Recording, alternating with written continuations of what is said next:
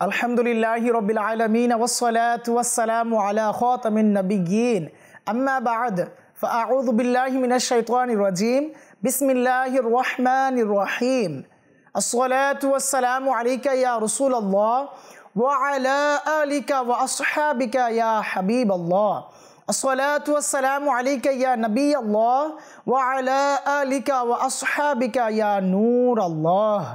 মাদানী চ্যানেলের দর্শকবৃন্দ, এই অনুষ্ঠান নিয়ে আবারও আপনাদের সামনে উপস্থিত হয়েছে। যে যেখান থেকে আমাদের অনুষ্ঠান দেখছেন আপনাদের সবাইকে এক রাশ প্রীতি ও শুভেচ্ছা জানাচ্ছি। অনুষ্ঠান শুরু করার পূর্বে আসুন আমরা দুরূদ শরীফ পাঠ করার কি ফজিলত এবং বারাকাত রয়েছে তা শ্রবণ করি। রসুল আকরাম নূরে মুজাসসাম সাল্লাল্লাহু আলাইহি সাল্লাম ইরশাদ করেন, যে ব্যক্তি আমার প্রতি একবার দুরূদ শরীফ পাঠ করবে আল্লাহ সুবহানাহু ওয়া তাআলা তার উপর 10 বার রহমত প্রেরণ করবেন। সুবহানাল্লাহ, সুবহানাল্লাহি ওয়া বিহামদিহি, সুবহানাল্লাহিল আযীম। মাদানী চ্যানেলের দর্শকবৃন্দ, আমরা কি কেউ এমন আছি যারা কিনা রহমত ছাড়া এক মুহূর্ত বাঁচতে পারবো? যদি প্রশ্ন করি উত্তর আসবে না। আল্লাহ তাআলার রহমত ছাড়া আমাদের বেঁচে থাকা সম্ভব নয়। যদি আমরা রহমতের কাণ্ডারি হয়ে থাকি তাহলে আমাদের অবশ্যই উচিত দুরূদ শরীফ পাঠ করে নেওয়ার, অধিক হারে তা আমাদের আমলের মধ্যে শামিল করে নেওয়ার। তাই আসুন না আমরা এই অনুষ্ঠান থেকে নিয়ত করি ইনশাআল্লাহুল কারীম অধিক হারে দুরূদ শরীফ পাঠ করব। আসুন আমরা এই প্রোগ্রামকে সুসজ্জিত করার জন্য আরও একবার দুরূদ শরীফ পাঠ করে নেই। সাল্লু আলাল হাবিব সাল্লাল্লাহু তাআলা আলা মুহাম্মদ সাল্লাল্লাহু আলাইহি ওয়াসাল্লাম। মাদানী চ্যানেলের দর্শকবৃন্দ, এই অনুষ্ঠানের মধ্যে আমরা বিগত পর্বে এক একজন সাহাবীদের জীবনী এবং তাদের মায়েদের যে জীবনী রয়েছে তা আলোচনা করার চেষ্টা করেছি। আমরা বিগত পর্বে ফারুকে আজম রাদিয়াল্লাহু তাআলা আনহুর মায়ের জীবনী নিয়ে আলোচনা করেছিলাম। ওনার মায়ের কি ভূমিকা ছিল ইসলামে, ফারুকে আজম রাদিয়াল্লাহু তাআলা আনহুকে ইসলামের প্রতি ধাবিত করার পিছনে তার কি ভূমিকা ছিল, এই সব কিছু আমরা জেনেছি। আমরা এর আগের পর্বে অর্থাৎ প্রথম পর্বে সিদ্দিক আকবর রাদিয়াল্লাহু তাআলা আনহুর মায়ের আলোচনা আমরা শ্রবণ করার সৌভাগ্য অর্জন করেছি। তো ইনশাআল্লাহুল কারীম আজকের এই পর্বে আমরা উসমান বিন আফফান রাদিয়াল্লাহু তাআলা আনহু, যাকে জিন্নুরাইন বলা হয়ে থাকে, তো আমরা ওনার মায়ের জীবনী নিয়ে আলোচনা করার চেষ্টা করব। তো আসুন আমরা অনুষ্ঠানের শুরুতেই ভালো ভালো কিছু নিয়ত করে নিই, কেননা মুমিনের নিয়ত তার আমল অপেক্ষা উত্তম রয়েছে। আমরা নিয়ত করছি ইনশাআল্লাহুল কারীম এই অনুষ্ঠান থেকে যা শিখবো তার উপর ভরপুর আমল করবো ইনশাআল্লাহ, অপরের নিকট পৌঁছে দেওয়ার চেষ্টা করবো ইনশাআল্লাহ। সাল্লু আলাল হাবিব সাল্লাল্লাহু তাআলা আলা মুহাম্মদ সাল্লাল্লাহু আলাইহি ওয়াসাল্লাম। মাদানী চ্যানেলের দর্শকবৃন্দ, আজকে যদি আমরা আমাদের চারপাশে একটু খেয়াল করি, যদি আপন বলতে কাউকে খোঁজার চেষ্টা করি, ভাই বোন, পিতা মাতা, আত্মীয় স্বজন, পাড়া প্রতিবেশী, তাদের মধ্য থেকে আপনি একজনকে খুঁজে পাবেন যে কিনা হাকিকি আপনার কল্যাণ চেয়েছেন, কোনো প্রকার স্বার্থ ছাড়া, যিনি আপনাকে কাছে ডেকে নিয়েছেন, যিনি আপনার বিপদে অগ্রগামী হয়েছেন, যিনি আপনার কল্যাণ কামনা করেছেন, তিনি হচ্ছেন মা। হ্যাঁ হ্যাঁ, এই মা আল্লাহ সুবহানাহু ওয়া তাআলার পক্ষ থেকে এক অনন্য নিয়ামত। যার মা নেই সে বোঝে মায়ের কদর। আজকে যাদের জীবনে মা আছে তাদের হয়তো প্রতিবার মায়ের চেহারা মুবারক জিয়ারত করার বদৌলতে মকবুল হজের সওয়াব হাসিল হচ্ছে, মায়ের কদমে চুমু দেওয়ার বদৌলতে জান্নাতের চৌকাঠে চুমু দেওয়ার ফজিলত অর্জিত হচ্ছে। কিন্তু যার নেই সে বোঝে। জীবনে এমন অনেকেই আসে আবার কালের পরিক্রমায় হারিয়ে যায়, কত ভালোবাসার বন্ধন বিলুপ্ত হয়ে যায়, কত কত স্মৃতি দিল থেকে মুছে যায়। কিন্তু এমন কোনো বান্দা আপনি পাবেন না যার দিল থেকে না মায়ের মমতা, ভালোবাসা, মায়ের সাথে কাটানো স্মৃতি বিজড়িত ওই ঘটনাগুলো মুছে ফেলতে পেরেছে। এমন কাউকে আপনি পাবেন না যার দিলের মধ্যে, যার পুরো অস্তিত্বে, যার পুরো জীবনে মায়ের অস্তিত্ব বিরাজমান নেই, এমন ব্যক্তি আপনি পাবেন না। তো এই মা আমার জন্য কত বড় নিয়ামত, এই মায়ের কি কি হক রয়েছে, এই মা আমাদের নাজাত প্রাপ্তির যে কত বড় এক নিয়ামত, সেই সব কিছু ইনশাআল্লাহুল কারীম আজকে জানার চেষ্টা করব। পাশাপাশি আমরা উসমান বিন আফফান রাদিয়াল্লাহু তাআলা আনহুর মায়ের জীবনী নিয়েও আমরা ইনশাআল্লাহুল কারীম আলোচনা করব। তো সাথেই থাকুন, এই আজিমুসান অনুষ্ঠান উপভোগ করতে থাকুন। আর হ্যাঁ, যারা এখনও আমাদের বিগত পর্বগুলো দেখার সৌভাগ্য অর্জন করেননি, আমি অনুরোধ করব মাদানী চ্যানেল বাংলার যে অফিসিয়াল ইউটিউব চ্যানেল রয়েছে ওইখানে গিয়েও আপনারা চাইলে এই অনুষ্ঠান দেখতে পারেন। আর মাদানী চ্যানেল তো ফেসবুকেও রয়েছে, তো চাইলে ওই লাইভ যেই প্রোগ্রামগুলো রয়েছে ওইখান থেকে আপনারা তা দেখতে পারেন, পর্যবেক্ষণ করতে পারেন। তো আসুন আমরা উসমান বিন আফফান রাদিয়াল্লাহু তাআলা আনহুর মায়ের ঘটনা শ্রবণ করার পূর্বে মায়ের ফজিলত নিয়ে, ইসলামে মায়ের ভূমিকা কি, এই সম্পর্কে আমরা একটু আলোচনা করার চেষ্টা করি। মা এমন একজন ব্যক্তি, আমি শুরুতেই বলেছিলাম যে নিঃস্বার্থভাবে সন্তানের কল্যাণ কামনা করে। তো এই ব্যাপারে কিতাবে অসংখ্য ঘটনা এসেছে। মায়ের ব্যাপারে কুরআনুল কারীম ফুরকানুল হামিদ, যা কিনা সর্বশ্রেষ্ঠ গ্রন্থ, সেইখানে আলোচনা এসেছে, হাদিসে আলোচনা এসেছে। তো কুরআনুল কারীমের সবচেয়ে বড় সূরার নাম যদি বলি কি, তা এক কথায় আমাদের উত্তরে চলে আসে সূরা বাকারা। হ্যাঁ, সূরা বাকারাতে মায়ের আলোচনা এসেছে, মায়ের দোয়ার সফলের বর্ণনা এসেছে, যে মায়ের দোয়া কতটুকু কার্যকরী। তো আজকে এরকম এক চমৎকার ঘটনা শ্রবণ করব ইনশাআল্লাহ। হযরত সাইয়্যিদুনা আব্দুর রহমান বিন আহমদ রহমতুল্লাহ আলাইহি তার পিতা হতে বর্ণনা করেছেন যে আমি আমার পিতাকে বলতে শুনেছি, একদা এক বৃদ্ধা মহিলা হযরত সাইয়্যিদুনা ইবনে মুখাল্লাদ রহমতুল্লাহ আলাইহির দরবারে এসে উপস্থিত হলো এবং আরজ করলো, আমার একজন যুবক ছেলে রয়েছে, আমার যুবক সন্তান যে কিনা বন্দিরত অবস্থায় আছে, রোমিওরা তাকে বন্দি করে নিয়েছে। তো তার সন্তান হারানোর যে ব্যথা রয়েছে, সেই ব্যথা ভরা বুক নিয়ে আকুতি মিনতি জানাতে লাগলেন হযরত সাইয়্যিদুনা ইবনে মুখাল্লাদ রহমতুল্লাহ আলাইহির দরবারে। উনি ফরিয়াদ করতে লাগলেন যে ইয়া সাইয়্যিদি, আমি অসহায়, আমার না তেমন কোনো সম্পত্তি আছে, না আমার কোনো ক্ষমতা রয়েছে, আমি আমার ওই সন্তানকে বন্দি দশা থেকে মুক্ত করে আনতে পারবো। আমার একটি ছোট্ট ঘর রয়েছে যা বিক্রির অযোগ্য, আমি চাইলেও এটাকে বিক্রি করতে পারবো না, কোনো অর্থ আমি জোগাড় করতে পারবো না যে এর বিনিময়ে আমি আমার সন্তানকে ফেরত পেয়ে যাব। ইয়া সাইয়্যিদি, আপনি কোনো একটা ব্যবস্থা করুন না, আপনি কোনো ফিদিয়ার অর্থ যদি কারো কাছ থেকে কালেক্ট করতে পারেন, হয়তো এর বিনিময়ে আমার সন্তানকে মুক্ত করা সম্ভব, আপনি কিছু একটা করুন। তো এই বলে বলে ওই বৃদ্ধা মহিলা, ওই মা তার ওই বন্দি সন্তানের জন্য, যুবকের জন্য হযরত সাইয়্যিদুনা ইবনে মুখাল্লাদ রহমতুল্লাহ আলাইহির দরবারে ফরিয়াদ জানাতে লাগলেন। পরবর্তী সময়ে হযরত সাইয়্যিদুনা ইবনে মুখাল্লাদ রহমতুল্লাহ আলাইহি তাকে তার গন্তব্যে চলে যাওয়ার নির্দেশ প্রদান করলেন যে আপনি চলে যান।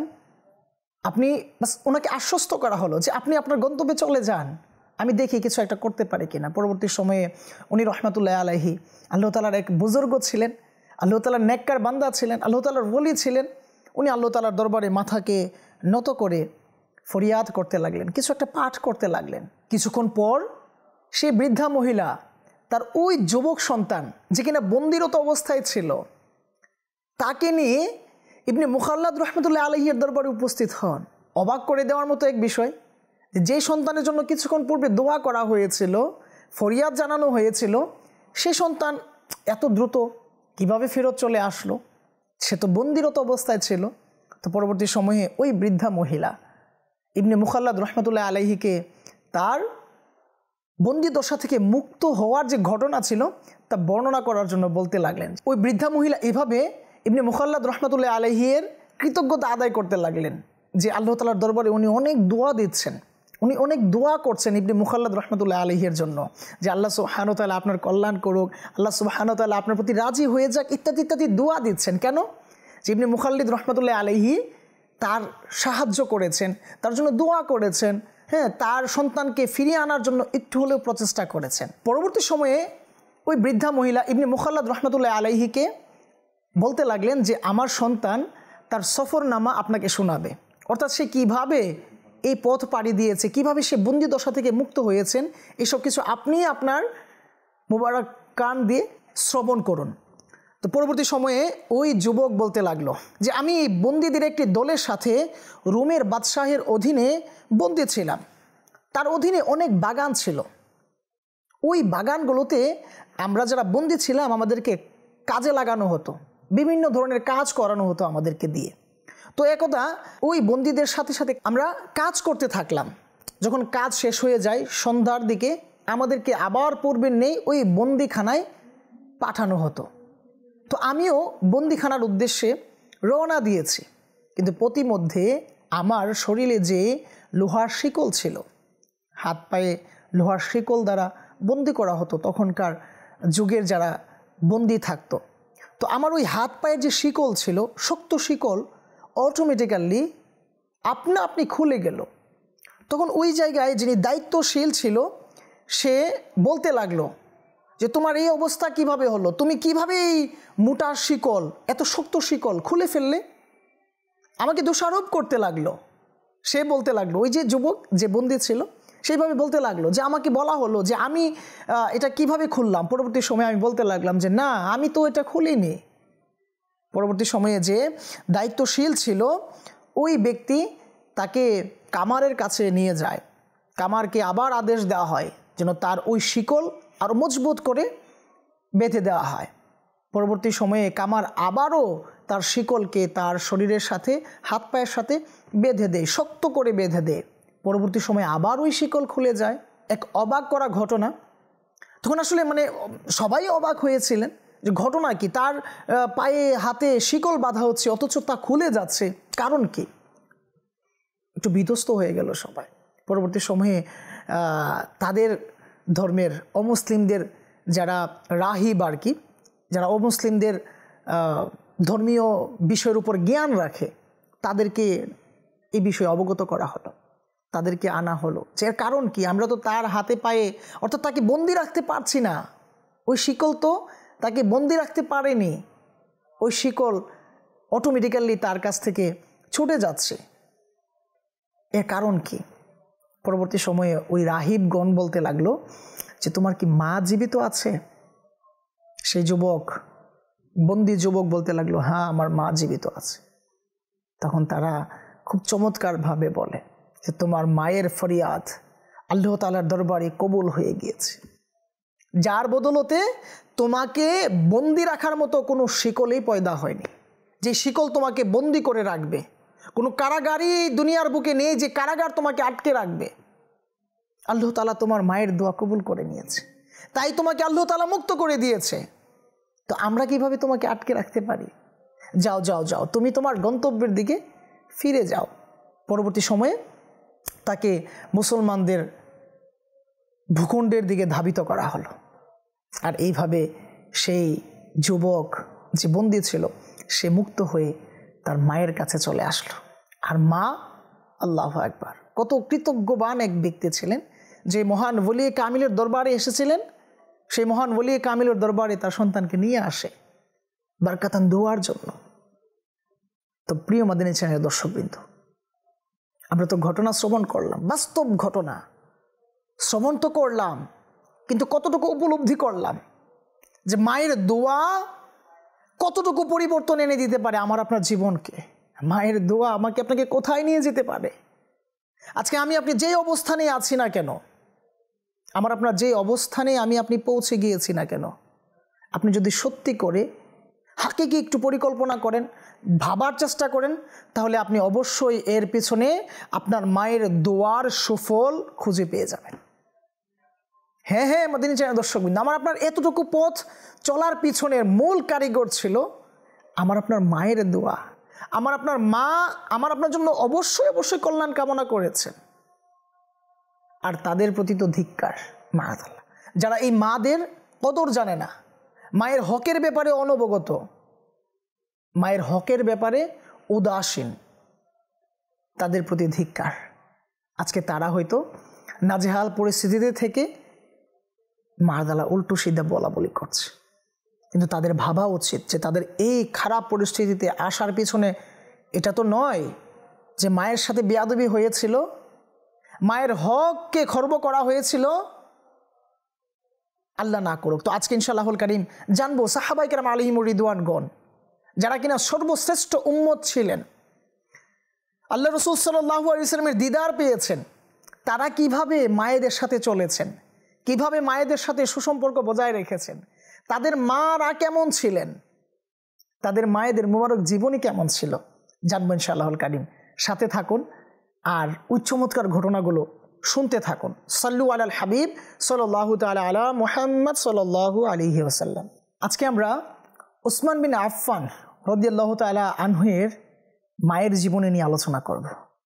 তিনি কোন বংশের ছিলেন, তিনি ইসলামের প্রতি কতটা আন্তরিক ছিলেন ওই সোনালী যুগে, তাদের পারিবারিক শিক্ষা কী ছিল, তাদের বংশীয় মর্যাদাই বা কী, তাদের বংশীয় যে ধারা রয়েছে তা কাদের সাথে মিলিত ছিল, এই সব কিছু ইনশাআল্লাহ আজকে জানার চেষ্টা করব।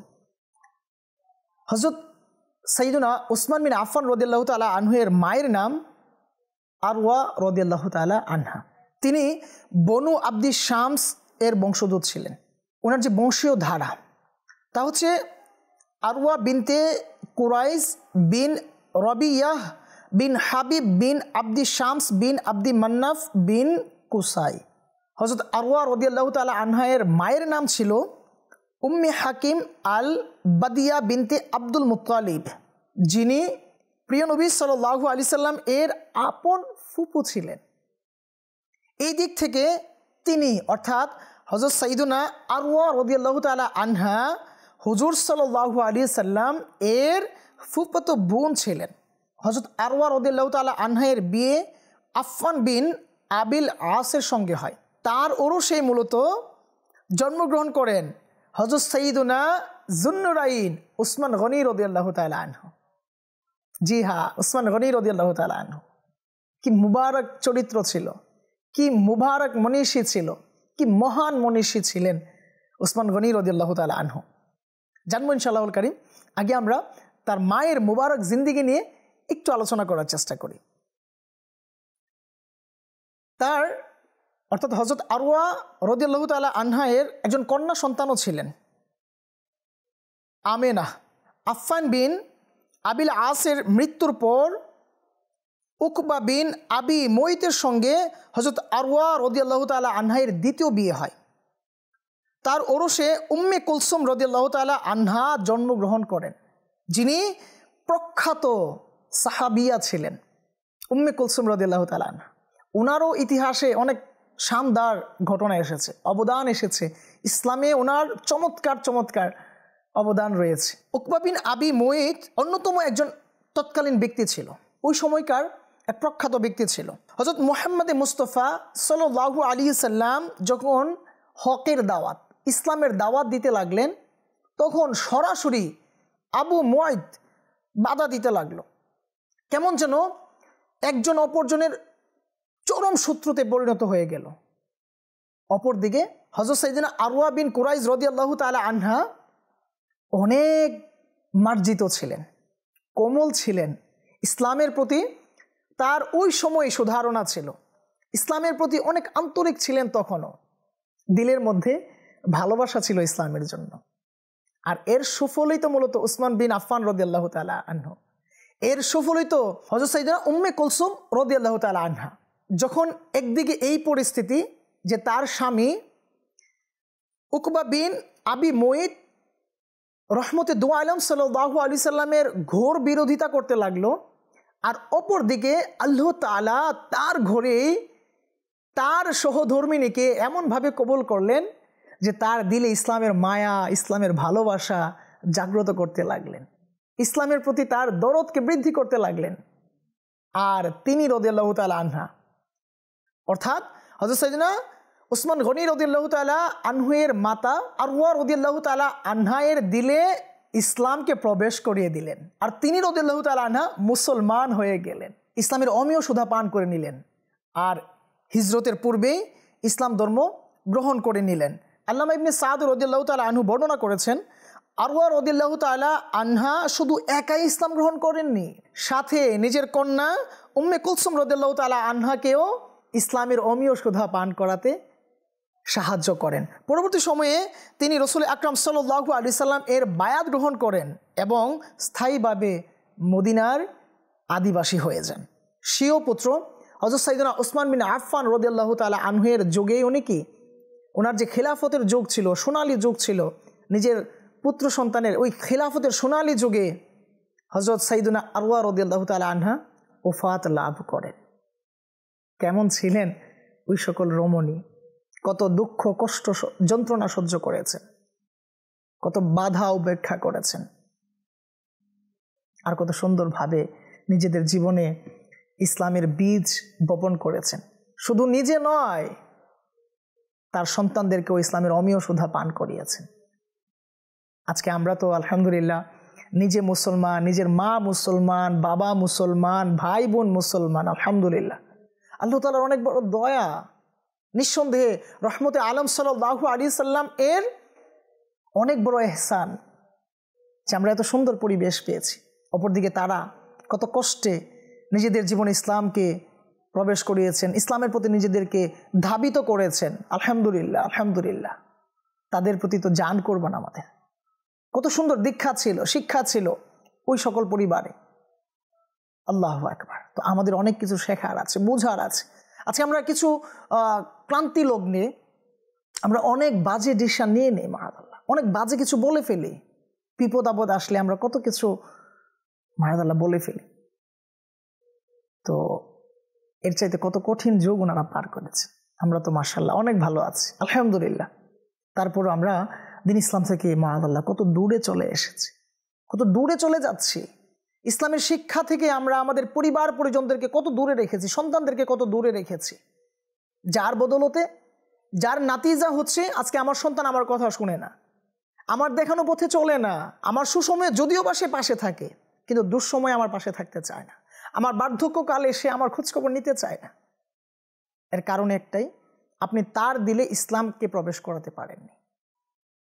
অপরদিকে সাহাবায়ে কেরাম আলাইহিমুর রিদওয়ানগণের মাদের জীবনে যদি আমরা দেখি, তারা ওই কঠিন মুহূর্তে দিন ইসলামকে কত সুন্দরভাবে লালন করেছেন নিজেদের জীবনে, কত সুন্দরভাবে অপরের কাছে অর্থাৎ নিজের সন্তানদের কাছে দিন ইসলামের বাণীকে পৌঁছে দিয়েছেন, যার বদলতে এক একজন সন্তান সাহাবী হয়ে গিয়েছেন, জান্নাতের সুসংবাদপ্রাপ্ত সাহাবীদের অন্তর্ভুক্ত হয়ে গিয়েছেন, দিন ও দুনিয়ার বাদশা হয়ে গিয়েছেন। আর এর ফলশ্রুতিতে আজকে ওই সাহাবীদের কারণে তাদের মায়েদের আলোচনা চলে এসেছে, কিয়ামত অবধি ইনশাআল্লাহুল কারীম তা জারি থাকবে। আসুন আমরা এই নিয়ত করি যে আমরাও এমন সন্তান জন্ম দিব যে সন্তানের বদৌলতে আমরা দুনিয়া ও আখিরাতে নাজাত পেয়ে যাব, আমাদেরও দুনিয়া ও আখিরাতে কামিয়াবি অর্জন হয়ে যাবে।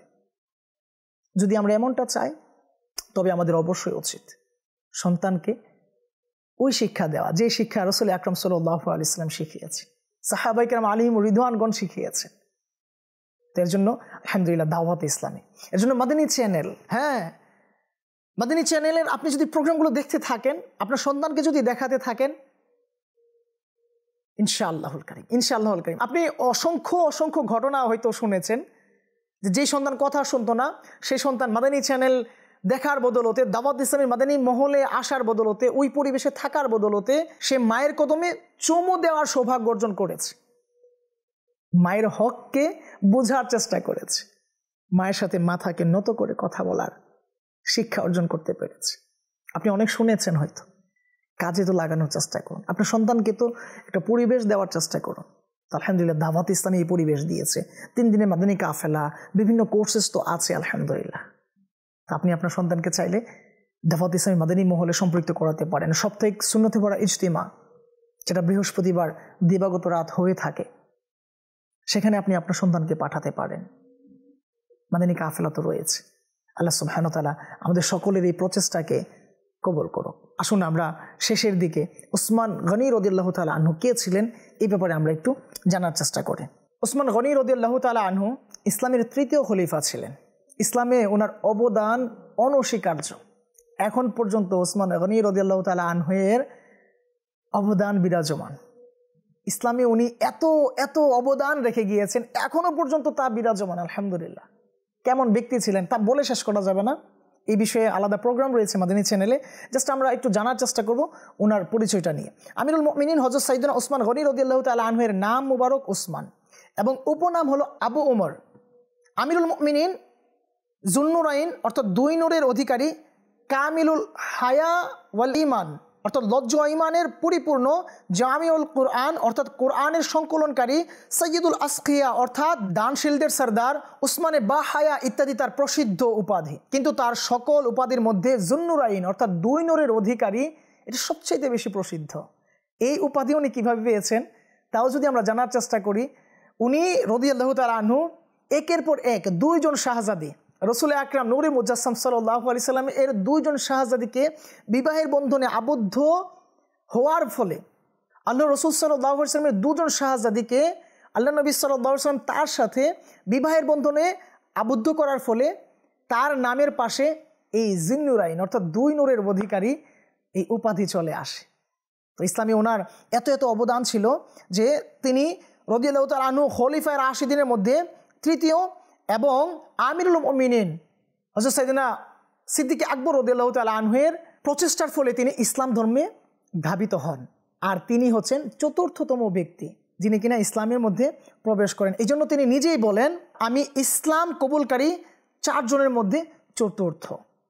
ওসমান গনি রাদিয়াল্লাহু তাআলা আনহুকে জুমার মুবারক দিনে 35তম হিজরি সনের হজের মাসে শহীদ করা হয়েছে। হযরত জুবাইর বিন মুতিম রাদিয়াল্লাহু তাআলা আনহু তার জানাজার নামাজ পড়ান এবং তাকে জান্নাতুল বাকিতে দাফন করা হয়। মাদানী চ্যানেলের দর্শকবৃন্দ, দেখতে দেখতে প্রায় শেষের দিকে চলে এসেছি। চেষ্টা করেছি সাহাবী রসুল কারা, তাদের কি ফজিলত কি মর্তবা বর্ণনা করার, তাদের মুবারক মায়ের জীবন নিয়ে আলোচনা করার। তারা কত সুন্দরভাবে দ্বীন ইসলামকে লালন করেছেন, সন্তানদের মধ্যে দ্বীন ইসলাম ধাবিত করার চেষ্টা করেছেন। ইনশাআল্লাহুল কারীম আমরা আমাদের আগামী পর্বগুলোতেও এর ধারাবাহিক আলোচনা আমরা নিয়ে আসবো ইনশাআল্লাহুল কারীম। আগামী পর্বে আমরা অন্য কোনো এক সাহাবী রাসূল সাল্লাল্লাহু আলাইহি ওয়াসাল্লামের মায়ের জীবনী নিয়ে আসবো ইনশাআল্লাহুল কারীম। ততক্ষণ পর্যন্ত মাদানী চ্যানেলের সাথেই থাকুন, মাদানী চ্যানেল দেখতে থাকুন। সাল্লু আলাল হাবিব সাল্লাল্লাহু তাআলা আলা মুহাম্মদ সাল্লাল্লাহু আলাইহি ওয়াসাল্লাম।